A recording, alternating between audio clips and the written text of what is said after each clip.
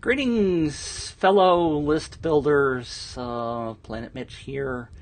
I haven't done a live in a while, so I thought that I would try to give you a little bit of information about something that came up today. And it's going to be something that's going to come up many, many times, I'm sure, in the future.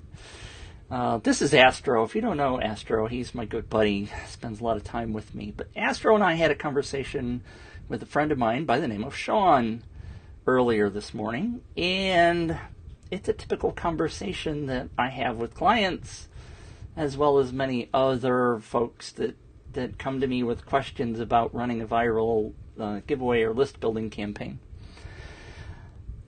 And I've talked about this before, and I'm going to talk about it again, I'm sure. There are people that are affectionately known as sweepers, or in Canada they call them contesters, but they are folks who enjoy the heck out of entering contests. And so that's what they like to do. Some of them seem to do it full time, and that's okay. I know there's a contingent of people who do giveaways that think that sweepers are bad, that contesters are really bad and you don't want them. My take on that entire thing is going to be a little bit different than I think most people's. And so let me show you what Sean sent me. Let me do my little switcheroo here thing, and I hope that looks like I am doing it properly. So this question was posted somewhere, and Sean shared it with me. What's your best advice for new sweepers? And Amber apparently answered her own question. And I don't know Amber from anywhere or anything else, but her answer is make a separate email account that you use only for giveaways. Check it at least once a day. Delete any emails that are not important. I personally have folders for entries and wins. All right, so basically what Amber is saying is create a fake email account, right? Or not necessarily fake in this case, but it's something that she is going to monitor, and she's only going to use it for contests. That's okay. Now, the question becomes, do you want those kind of people entering your campaign? Let me also finish just for the heck of it. Move the notifications of win to a contest folder. You will get a lot of junk emails when you start sweeping, so you have to stay on top of it or you might miss the win notifications. Well, of course. And that's happened to me. I think people have put things in a folder or gone on vacation and missed things, but that's a whole other story, right? So let me come back to me. So the question is, do you want sweepers entering your contests? And I'm going to answer that kind of in an potentially interesting way. My answer is yes. Of course you do. A couple of things that you can potentially do to mitigate that. I mean, if you are doing a giveaway, again, it goes all the way back to your offer, right? You've heard me say this a million times. If your offer is not significant, if it's not the right offer for the right audience, then you've blown it in the first place.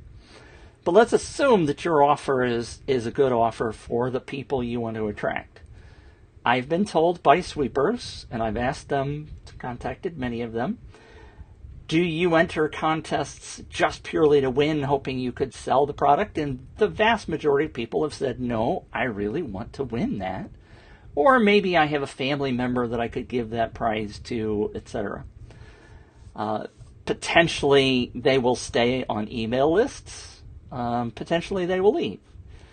That's not any different than anybody else that's in your list, right? You may get people that are not quote-unquote professional sweepers that are interested in the prizes, want to enter, and then once they start receiving your emails, they decide that you're not acceptable for their needs, so they unsubscribe, right?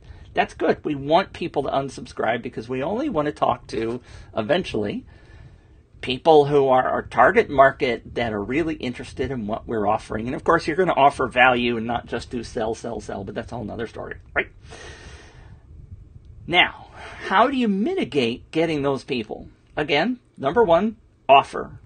Number two, you could just, for example, turn on the double opt-in.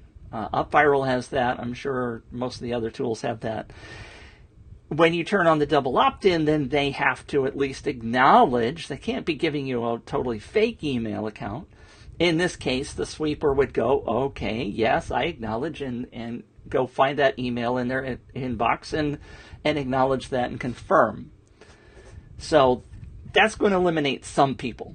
But you're also going to eliminate some people because if you go back to the traditional open rates, you'll find that a whole bunch of people don't get those emails, or they go into a spam folder. And so you're going to lose people, in my mind, you're going to lose people in that entire process. And maybe that's okay. Maybe you're going to really, really get the ones that are serious about your offer. That's something you're going to have to decide yourself, right?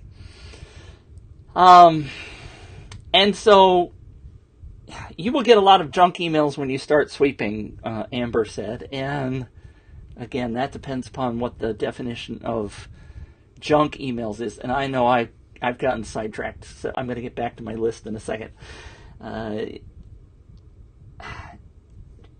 If people decide your emails are junk, then it doesn't matter whether they were really interested or not. And that's a whole topic all by itself. But the real serious issue is whether or not they trust you. And trust is vital in terms of doing contests, right?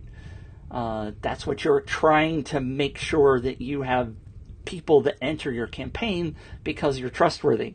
I'm going to bring up something that came to my email inbox this morning. I'm not going to share it, but the comment was, because I sent an email to my list talking about some of the things I'm going to do after a contest is over, and I'm going to offer another contest, which is why I sent that particular email. And the response was, all giveaways are fake, this guy said. I always participate in them, though, so that was kind of interesting. But I shared with him in response the page that I have on my website that's called the winners page, because I go in and after a campaign is over, I update my winners page. So I have this long list of campaigns that I've run, and I always ask for a quote from the winner. I post their first name and their city. So I'm trying to build up trust. If I can get a photo or a video from them, I certainly will post that in there as well. So again, trying to build up trust, right? That's one thing you really have to go after in any campaign that you're doing, is to try to build up trust. You want those people to trust and value what you were going to send them in long term. And again, unsubscribes I think are great. I love unsubscribes because those are people that I no longer have to pay for on my email list, in my subscription service.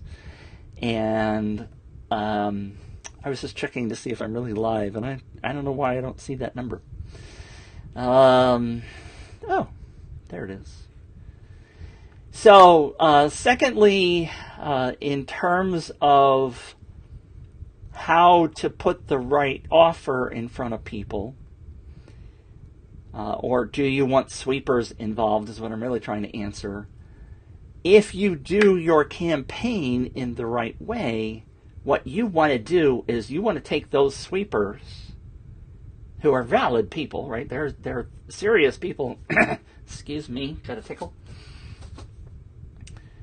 But I suggest to you, what you want to do is you want to use them to your advantage. Because what do you want?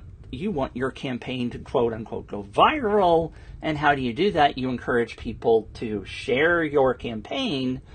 So if Betty Lou is a sweeper and she joins your campaign, you want to give her all the incentive in the world to share that. Again, that's the whole purpose of a viral campaign, is you want people to share it. So use those people. If Daddy Lou happens to have a sweepers website, use that. Get her to post your campaign on their website. I know people are freaking out. Some of you are freaking out going, no, Mitch, I don't want those people. But you do. You don't know that when Joanne signs up to your email, to your campaign, your contest, and she shares it to her Facebook, what's the difference between those people and sweepers? You don't know. You don't know what that audience really is. And if you are putting out a giveaway that is just a $100 coupon to Amazon, then you're going to get all kinds of bad names on your email list. If you're running a t-shirt shop and you give away a gift card to Amazon, what good does that do you? You want to give away your t-shirts. You want people excited about your product. So again, it all goes back to, you people are going to get tired of hearing me say this. It goes back to the offer. And if you are incentivizing the sweepers by offering prizes that get them to share, and that goes back to the triumvirate of different offers, which we've talked about in other videos, then you're doing the right thing because you're after people who share.